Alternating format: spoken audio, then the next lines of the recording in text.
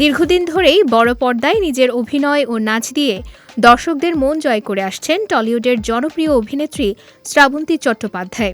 শিশুশিল্পী হিসেবে অভিনয় জীবন শুরু করা এই অভিনেত্রী পরে নায়িকা হিসেবে একের পর এক সফল ছবি উপহার দিয়েছেন।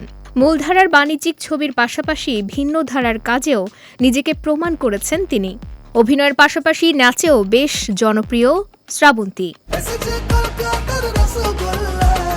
প্রথাগত নৃত্যের প্রশিক্ষণ না থাকলেও তার নাচ বহুবার দর্শকদের মুগ্ধ করেছে।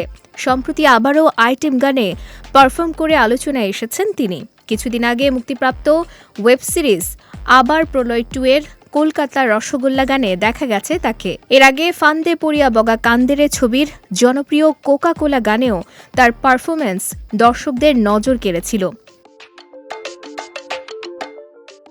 নায়িকা হিসেবে সফল ক্যারিয়ার থাকা সত্ত্বেও কেন বারবার তাকে আইটেম গানে দেখা যায়, এই প্রশ্নের জবাব দিয়েছেন শ্রাবন্তী। সম্প্রতি দেয়া এক সাক্ষাৎকারে তিনি বলেন, কেন নয়, আমি মূলধারার বাণিজ্যিক ছবির একজন অভিনেত্রী। আইটেম ডান্স নম্বরে পারফর্ম করতে আমার দারুণ লাগে।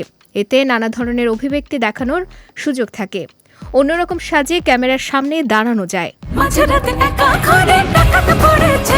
তবে আইটেম গানে নাচার পেছনে আলাদা কোনো পরিকল্পনা নেই বলেও জানান তিনি। তার মতে, একজন অভিনেতা বা অভিনেত্রীর সব ধরনের পারফরমেন্স করার সক্ষমতা থাকা উচিত। কাজের ক্ষেত্রে শিগগিরই নতুন রূপে দেখা যাবে শ্রাবন্তীকে।